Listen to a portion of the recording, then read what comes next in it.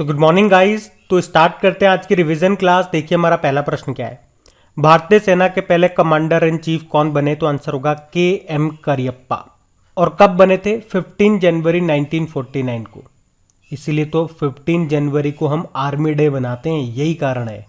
अगला देखिए, जय हिंद का नारा किसने दिया था? नेताजी सुभाष चंद्र बोस जी ने दिया था।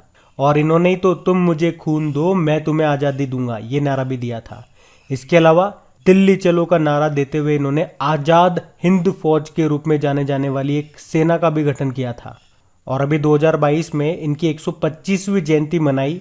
कब मनाते हैं? 23 जनवरी को। आप जानते हो इसी दिन को तो हम पराक्रम दिवस के रूप में मनाते हैं। और इन्होंने एक बुक भी लिखी थी द इंडियन स्ट्रगल नाम से। उसके अलावा स्वराज नाम से एक समाचार पत्र भी इन्होंने शुरू किया था। और आपको करंट अफेयर्स की न्यूज़ बताऊं इनसे रिलेट करके, तो अभी प्रधानमंत्री नरेंद्र मोदी ने इंडिया गेट पर नेताजी की होलोग्राम की प्रतिमा का भी अभी अनावरण किया था, जो कि 28 फीट ऊंची है और 6 फीट चौड़ी है। इसे बाद में ग्रेनाइट की मूर्ति से रिप्लेस कर दिया जाएगा। चलो आप तो ये बताओ, अभी नेताजी अवार्ड 2022 से किसे सम्मानित किया गया था? तो आंसर होगा जापान के जो पूर्व प्रधानमंत्री थे शिंजो अबे, इनको। और इनको 2021 में पद्म विभूषण भी मिला था, आप जानते ही होंगे। अच्छा, वैसे अभी नेताजी सुभाष चंद्र बोस जी के ऊपर एक बुक भी लिखी गई है। बुक का नाम है Bose the untold story of an inconvenient nationalist. अगर मैं आपसे पूछ लूँ किसने लिखा, तो आंसर कर देना चंद्रचूड़ घोष ने। और आप जानते ही हो अब से गणतंत्र दिवस समारोह 24 जनवरी की जगह 23 जनवरी से मनाया जाएगा। और 23 जनवरी से क्यों, अब आप समझ ही गए होंगे। अगला देखिए, ICC women's cricketer of the year 2021 किसे चुना गया? स्मृति मंधाना को। और रचेल हेहो फ्लिंट अवार्ड भी मिला और दूसरी बार मिल रहा है इनको ये सम्मान। जबकि ICC men's cricketer of the year 2021 चुना गया पाकिस्तान के शाहीन अफरीदी को। और इन्होंने सर गारफील्ड सोबर्स ट्रॉफी भी जीती है और ये अवार्ड पाने वाले पाकिस्तान के पहले खिलाड़ी ये बन गए। भारत का पहला ग्रीन एटीएम कहाँ पे स्थापित किया गया? गुरुग्राम में। अब आप बताओ मुझे, इंटरनेशनल सोलर अलायंस का हेडक्वार्टर कहाँ पर है? गुरुग्राम में। भारत का पहला हेली हब ये गुरुग्राम में स्थापित किया गया। भारत का पहला मत्स्य पालन व्यवसाय इंक्यूबेटर गुरुग्राम में लॉन्च किया गया। और गुरुग्राम की पहली महिला पुलिस आयुक्त कौन बनी? कला रामचंद्रन। चलो बताओ, इंटरनेशनल टेबल टेनिस फेडरेशन का हेडक्वार्टर लुज़ेन, स्विट्जरलैंड में। और टेबल टेनिस से याद आएगा भाविनाबेन पटेल का नाम। टोक्यो पैरालंपिक 2020 में सिल्वर जीता था इन्होंने। टेबल टेनिस खिलाड़ी हैं ये। और अभी फरवरी में हमने पढ़ा था table tennis federation of India के संचालन के लिए प्रशासकों एडमिनिस्ट्रेटर्स की समिति की अध्यक्ष बनी थी कौन?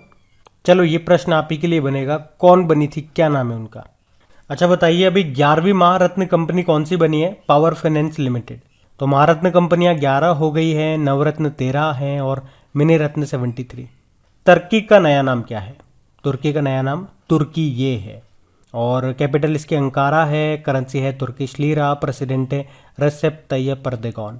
अभी टॉम ट्रैफिक इंडेक्स 2021 आया था, जिसमें भारत का सबसे भीड़ भाड़ वाला शहर बताया था मुंबई को। विश्व में ये 5वें स्थान पर है। और विश्व में सबसे भीड़ भाड़ वाला शहर बताया गया इस इंडेक्स के अनुसार तुर्की का इस्तांबुल। अच्छा चलिए, आप लोग कमेंट बॉक्स में टाइप करके बताओ, इंडोनेशिया की जो कैपिटल है जकार्ता, ये तो पुरानी हो गई, अब नई कैपिटल क्या है इसकी? फिर बताइए, अंतर्राष्ट्रीय चाइल्डहुड कैंसर डे मनाया जाता है 15 फरवरी को। बाकी तो आप जानते हो वर्ल्ड कैंसर डे होता है 4 फरवरी को मनाते हैं, उसकी थीम है क्लोज द केयर गैप। और एक नेशनल कैंसर अवेयरनेस डे भी होता है जो 7 नवंबर को मनाया जाता है। अभी कैंसर के ऊपर एक बुक भी आई है गैस्ट्रिक कैंसर नाम से, जिसको लिखा है डॉक्टर अशोक के वेद ने। और स्टडी ऑफ कैंसर क्या कहा जाता है? ऑन्कोलॉजी। अच्छा आप बताओ, किस राज्य में कैंसर के बचाव के लिए होप एक्सप्रेस की घोषणा की गई थी? तो आंसर होगा महाराष्ट्र। ये सब याद रखना। बाकी भारत में कितने टकसाल हैं? टकसाल जहाँ पे सिक्के बनते हैं 4 है, मुंबई, कोलकाता, हैदराबाद और नोएडा। अच्छा, भारत की पहली ट्रांसजेंडर यूनिवर्सिटी ये बनेगी कहाँ पे? उत्तर प्रदेश के कुशीनगर में। अभी आपको याद होगा सामाजिक न्याय व अधिकारिता मंत्रालय ने भीख मांगने वालों और ट्रांसजेंडरों के कल्याण के लिए एक योजना शुरू की थी। उस योजना का नाम क्या है? स्माइल। अच्छा बताइए, अंतर्राष्ट्रीय गिद्ध जागरूकता दिवस कब मनाया जाता है? ये सितंबर के पहले शनिवार को मनाया जाता है। तो 4 सितंबर को मनाया था हमने इसको 2021 में। और अंतर्राष्ट्रीय चैरिटी दिवस ये 5 सितंबर को मनाया जाता है। 5 सितंबर को आप जानते हो नेशनल टीचर डे भी होता है, जबकि वर्ल्ड टीचर डे इसके एक महीने बाद, याद रखो, 5 अक्टूबर को होता है। अंतर्राष्ट्रीय साक्षरता दिवस 8 सितंबर को होता है। वर्ल्ड सुसाइड प्रिवेंशन डे होता है 10 सितंबर को। इसकी थीम है creating hope through action. World first aid day कब होता है? 11 सितंबर को। और नेशनल हिंदी डे कब होता है? 14 सितंबर को होता है। एक नेशनल हिंदी डे भी होता है जो 10 जनवरी को मनाते हैं। अंतर्राष्ट्रीय लोकतंत्र दिवस कब होता है? 15 सितंबर को। क्या थीम है? Strengthening democratic resilience in the face of future crisis. बाकी एक वर्ल्ड ओजोन डे मनाते हो आप लोग 16 सितंबर को। थीम क्या है? Montreal protocol keeping us our food and vaccine cool. World heart day कब होता है? 29 सितंबर को होता है। क्या थीम है? Use heart to connect. और विश्व अल्जाइमर दिवस कब होता है? 21 सितंबर को होता है, जिसकी थीम है नो डिमेंशिया नो अल्जाइमर। मनोभ्रंश को जाने, अल्जाइमर को जाने। अब पुराने महीने के करंट अफेयर्स का रिवीजन कर लेते हैं। अच्छा चलिए, पुराने महीने के करंट अफेयर्स का हम लोग रिवीजन करेंगे। तो पहला प्रश्न आपसे पूछ रहे हैं, सेबी की पहली महिला अध्यक्ष कौन बनी है? माधवीपुरी बुच बनी है, अजय त्यागी की जगह आई है ये। राष्ट्र विज्ञान दिवस कब मनाया जाता है? तो 28 फरवरी को मनाया जाता है, नेशनल साइंस डे। एक वर्ल्ड साइंस डे भी होता है जो 10 नवंबर को मनाते हैं। उसके अलावा एक international day of women and girls in science भी मनाया जाता है, विज्ञान में लड़कियों और महिलाओं का अंतर्राष्ट्रीय दिवस, वो 11 फरवरी को होता है। बताओ मैक्सिकन ओपन 2022 का खिताब किसने जीता? राफेल नडाल ने जीता था। ये स्पेन के टेनिस प्लेयर है, इन्हें किंग ऑफ क्ले कोर्ट भी कहा जाता है। और अभी आपको याद होगा 2022 में जो ऑस्ट्रेलियन ओपन हुआ था, ये पहला ग्रैंड स्लैम है, इसमें मेन सिंगल टाइटल इन्होंने ही जीता था, राफेल नडाल ने। और महिला सिंगल का खिताब जीता था एशले बार्टी ने, जो कि ऑस्ट्रेलिया के हैं, अभी संन्यास की घोषणा कर चुकी हैं ये। 58वीं 58 नंबर की सीनियर नेशनल शतरंज चैंपियनशिप 2022 का आयोजन किया गया कानपुर में। भारतीय रेलवे का पहला सोलर पावर प्लांट जो सीधे ट्रैक्शन को पावर फीड करेगा, कहाँ पे स्थापित किया गया? मध्य प्रदेश के बीना में। अच्छा आप तो ये बताओ, 100% सोलर एनर्जी से संचालित भारत का पहला मंदिर कौन सा है?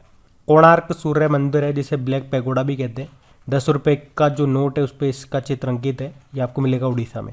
अब बताइए, भारत जो है ये ट्रेड+1 स्टॉक सेटलमेंट को लागू करने वाला कौन सा देश बन गया? दूसरा। पहला है चाइना। भारत का पहला ई वेस्ट इको पार्क ये बनेगा दिल्ली में। और अगर पूछे देश का पहला ई कचरा क्लिनिक कहाँ पे खुलेगा, मतलब खुला है, तो आंसर होगा भोपाल में। अभी ई कैबिनेट शुरू करने वाला पहला राज्य कौन सा बना था? हिमाचल प्रदेश। दुर्लभ रोग दिवस कब मनाया गया? रेयर डिजीज डे 28 फरवरी को। थीम थी शेयर योर कलर्स, अपने रंग साझा करें। कोविड-19 हेतु भारत का पहला स्वदेशी रूप से विकसित रिसेप्टर बाइंडिंग डोमेन प्रोटीन सब यूनिट वैक्सीन, इसका नाम क्या है? Corbevax TM। और अगर पूछे डीएनए बेस्ड जो वैक्सीन है उसका नाम ज़ाइकोव-D, और इसे लगाने वाला पहला देश भारत है, मतलब डीएनए बेस्ड वैक्सीन को लगाने वाला पहला देश। अभी प्लांट बेस्ड वैक्सीन को मंजूरी देने वाला पहला देश बना था कौन सा? कनाडा। और ये जो कॉर्बेवैक्स TM है, ये वैक्सीन है, इसको किसने बनाया? हैदराबाद की एक कंपनी है बायोलॉजिकल ई, उसने। गिफ्ट सिटी में कार्यालय खोलने वाली पहली बहुपक्षीय एजेंसी कौन सी बनी है? न्यू डेवलपमेंट बैंक, जिसे आप ब्रिक्स बैंक भी बोलते हो। इसकी स्थापना हुई थी 15 जुलाई 2014 को। इसका हेडक्वार्टर शंघाई चाइना में है। और अभी इसका चौथा नया मेंबर बना है इजिप्ट। चलो आप कमेंट बॉक्स में टाइप करके बताओ, अभी शंघाई कोऑपरेशन ऑर्गेनाइजेशन का नवा मेंबर कौन सा बना था? चलिए बताइए, किस राज्य सरकार ने कौशल्या मातृत्व योजना शुरू की? तो आंसर होगा छत्तीसगढ़। इसमें क्या होगा? दूसरी बेटी के जन्म पे 5,000 रुपये दिए जाएंगे उस महिला को अपना भरण पोषण करने के लिए। मातृशक्ति उद्यमिता योजना शुरू करने की घोषणा की हरियाणा ने। फाइनेंशियल एक्शन टास्क फोर्स के नए अध्यक्ष कौन बने? T Raja Kumar. Financial Action Task Force का हेडक्वार्टर कहाँ पर है? पेरिस, फ्रांस में। आरबीआई ने फीचर फोन के लिए किस यूपीआई आधारित पेमेंट प्रोडक्ट्स को लॉन्च किया? तो यूपीआई 123 पे। अच्छा, किस संस्थान ने सुपर कंप्यूटर परम गंगा को स्थापित किया? आईआईटी रुड़की। और गंगा से याद आएगा ऑपरेशन गंगा, यूक्रेन से भारतीयों को वापस लाने के लिए चलाया गया था। और अफगानिस्तान से भारतीयों को वापस लाने के लिए क्या चलाया गया था? कौन सा ऑपरेशन? ऑपरेशन देवी शक्ति। धूम्रपान निषेध दिवस कब मनाते हैं?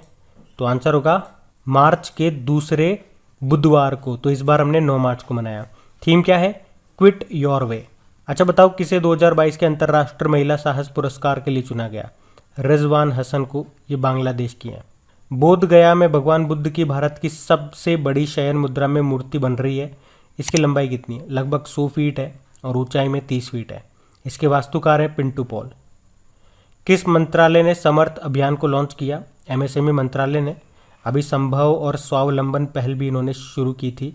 एमएसएमई डे मनाया जाता है, micro small medium enterprises day, 27 जून को। इसके मंत्री कौन है? नारायण राणे। अंतर्राष्ट्रीय ऊंट महोत्सव 2022 का आयोजन कहाँ पे किया गया? तो आंसर होगा राजस्थान के बीकानेर में। तो अब कल के करंट अफेयर्स को भी रिवाइज कर लेते हैं हम लोग। किसे जून महीने का ICC men's player of the month चुना गया? तो आंसर होगा जॉनी बेयरस्टो। इंग्लिश बल्लेबाज हैं जॉनी बेयरस्टो। और अगर वुमेन्स प्लेयर की बात करेंगे तो साउथ अफ्रीका की है मैरी जेन कैप। बताओ किसे national high speed rail corporation limited के मैनेजिंग डायरेक्टर के रूप में नियुक्त किया गया? तो राजेंद्र प्रसाद को। जबकि दिल्ली मेट्रो रेल कॉरपोरेशन के अभी नए मैनेजिंग डायरेक्टर बने थे विकास कुमार। आप जानते ही हो रेलवे बोर्ड के नए चेयरमैन और सीईओ कौन है? विनय कुमार त्रिपाठी है। Austria Grand Prix Formula 1 race को किसने जीत लिया? चार्ल्स लेक्लर्क ने जीत लिया। ये ऑस्ट्रिया है, वैसे ऑस्ट्रेलिया बोल दोगे तब भी आंसर सेम ही होगा, तो उसको भी चार्ल्स लेक्लर्क ने ही जीता था। ये फरारी के ड्राइवर है। उसके अलावा युवाजन श्रमिक रायथू कांग्रेस का जीवन भर के लिए किसे अध्यक्ष चुना गया? जगन मोहन रेड्डी को। आंध्र प्रदेश के मुख्यमंत्री हैं। भारतीय इंटरनेट जनक नाम से प्रसिद्ध किस व्यक्ति का भी निधन हो गया? ब्रजेंद्र के सिंघल का। अच्छा बताओ, the international fund for agriculture development का अध्यक्ष किसे चुना गया? अल्वारो लारियो को। ये किन की जगह लेंगे? गिलबर्ट होंगबो की, जो कि अभी इंटरनेशनल लेबर ऑर्गेनाइजेशन के अध्यक्ष बन गए और इस पद पर आने वाले पहले अफ्रीकी भी। विश्व जनसंख्या दिवस कब मनाते हैं? 11 जुलाई को। थीम क्या है? World of 8 billion. वैसे थीम तो बहुत लंबी है, लेकिन आगे का मैं आपको बता रहा हूँ, उससे आपको हिंट मिल जाएगा। इतनी लंबी याद रखने की जरूरत नहीं है। अगला है किसे गोवा शिपयार्ड के नए प्रमुख के रूप में नियुक्त किया गया? तो आंसर होगा ब्रजेश कुमार उपाध्याय को। किस भारतीय ने 94 साल की उम्र में 94 ईयर की उम्र में वर्ल्ड मास्टर्स एथलेटिक्स चैंपियनशिप में गोल्ड जीता? तो आंसर होगा भगवानी देवी। हरियाणा की है ये। 94 ईयर इनकी उम्र है और अभी 100 मीटर स्प्रिंट इवेंट में 24.74 सेकंड लेकर के इन्होंने गोल्ड जीता। इसके अलावा गोला फेंक, जिसे कहते हैं शॉट पुट, उसमें भी इन्होंने 2 ब्रोंज जीते हैं। इंटरनेशनल स्पोर्ट्स शूटिंग फेडरेशन विश्व कप 2022 में पुरुषों की 100 मीटर एयर राइफल्स स्पर्धा में भारत के लिए पहला गोल्ड किसने जीता? अर्जुन बबूता ने। इंटरनेशनल शूटिंग स्पोर्ट्स फेडरेशन का हेडक्वार्टर मिलेगा आपको म्यूनिक जर्मनी में। तो गाइस, ये था आज का आपका रिवीजन वाला सेशन अच्छा लगे तो लाइक करके शेयर जरूर कीजिएगा। Thank you.